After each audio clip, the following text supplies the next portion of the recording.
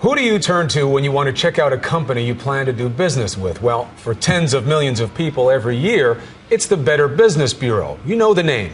But what you've never heard until tonight is that the organization itself is under fire. How do companies earn the Better Business Bureau's coveted A rating or have their reputations tainted with an F? Chief investigative correspondent Brian Ross has uncovered troubling accusations. The Better Business Bureau is used to giving out D's and F's, but tonight it gets some bad grades of its own. On Hollywood's biggest nights, when the stars come out and everything has to be the very best, it's Wolfgang Puck who is chosen to prepare the big gala dinner. A celebrity in his own right, with restaurants across the country, and a regular on Good Morning America. Puck's brand and reputation are impeccable. Yet the Better Business Bureau has slammed parts of Puck's food empire with grades as low as an F, which Puck says is because he won't pay them to become a member. You know, if you become a member, you're sure to get an A. But if you don't pay, it's very difficult to get an A, and I don't know what we do wrong or right. We are in business for 28 years. The Better Business Bureau has been just as harsh with other well-known companies who have not paid to become members. An F for the five-star Ritz-Carlton Hotel in Boston, with only 2 complaints. 1 million customers served, 2 complaints, resulting in an F rating. It seems to be somewhat unusual, to say the least. Even Disneyland, owned by ABC's parent company, also got an F last year from the Better Business Bureau, before it was changed to an A once bloggers questioned the grade and the case was reviewed.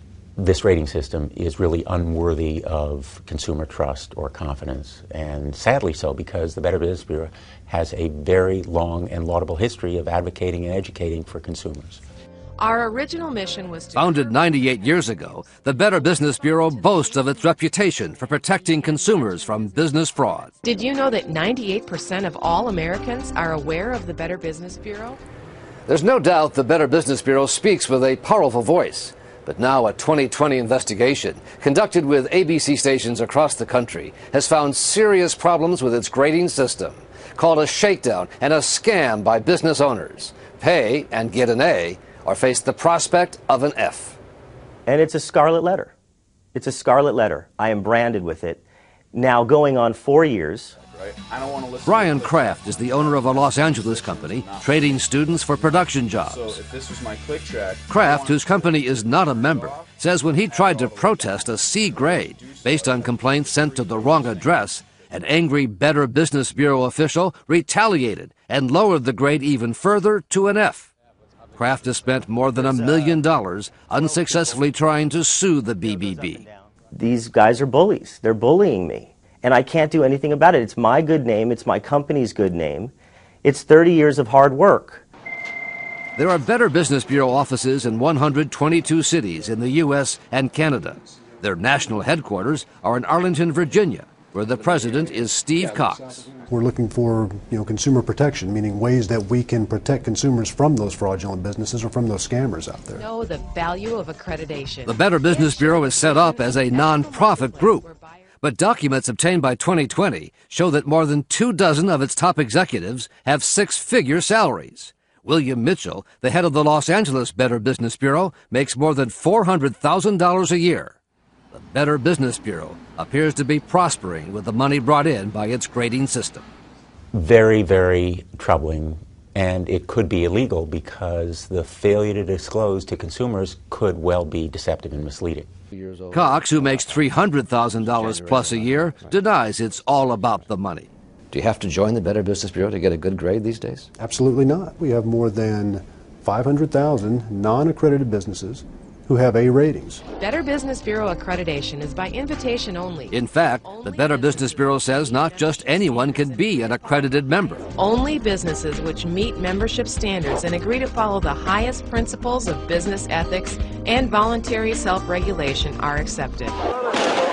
Yet earlier this year, the Mideast terror group Hamas was listed as a member and received an A- rating.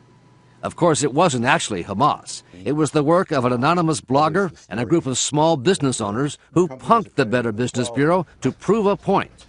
Hamas was registered with a non-existent address in Santa Monica and its owner was listed as Bill Mitchell, the well-paid president of the Los Angeles Better Business Bureau. They ran the credit card. Within 12 hours, they were an approved accredited member. What did that cost to get Hamas an A-? This A- grade here was $425. How did Hamas become a BBB accredited business with an A grade? Well, plain and simple, we made a mistake.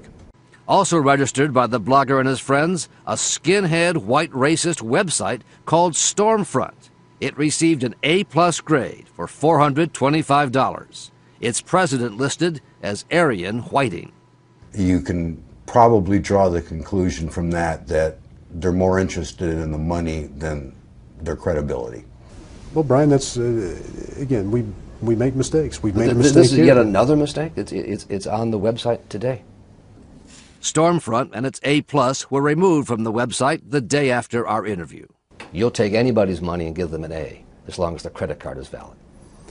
BBB accreditation and the BBB ratings piece is not about generating money. Some of those businesses see this as its own scam, its own telemarketing fraud. No, that's completely false. Not so, according to the manager of this Los Angeles antique shop, Terry Hartman.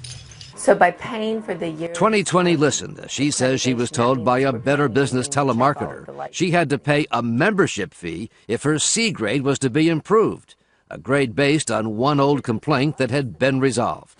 If I don't pay for this, my grade will remain a C?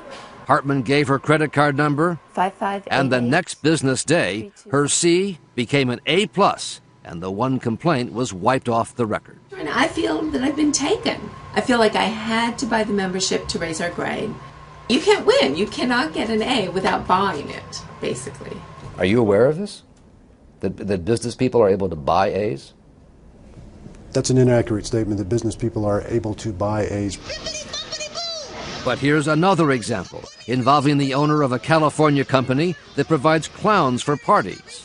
We were there as Carmen Tellez says she was told by a Better Business Bureau telemarketer she had to buy a membership to get rid of a C- based on a 2-year-old complaint that had already been resolved. How long does that take to get a better grade? The very next day, after paying $395, her C- became an A+. If I'm paying for a grade, then how are the customer supposed to really trust the Better Business Bureau? I would say that is in violation of our sales policy. And you think these are just anomalies? Yes, I believe they are anomalies. Now, that's not to say that... Not indicative of a standard way of doing business? Of No. a fraudulent business practice? Of course not. No, the BBB is not operating fraudulently. 45 minutes into our interview, Cox took off his microphone after his publicist said time was up, that our allotted hour in the office had expired, even though we had more questions. We're not through here. It may be. So we weren't able to ask Cox about Wolfgang Puck and the many other reputable business people who say the Better Business Bureau grading system has now become little more than a shakedown racket. So you think if you'd given them money, you'd probably have an A? Where you have to join an organization to get a good grade, I think is wrong.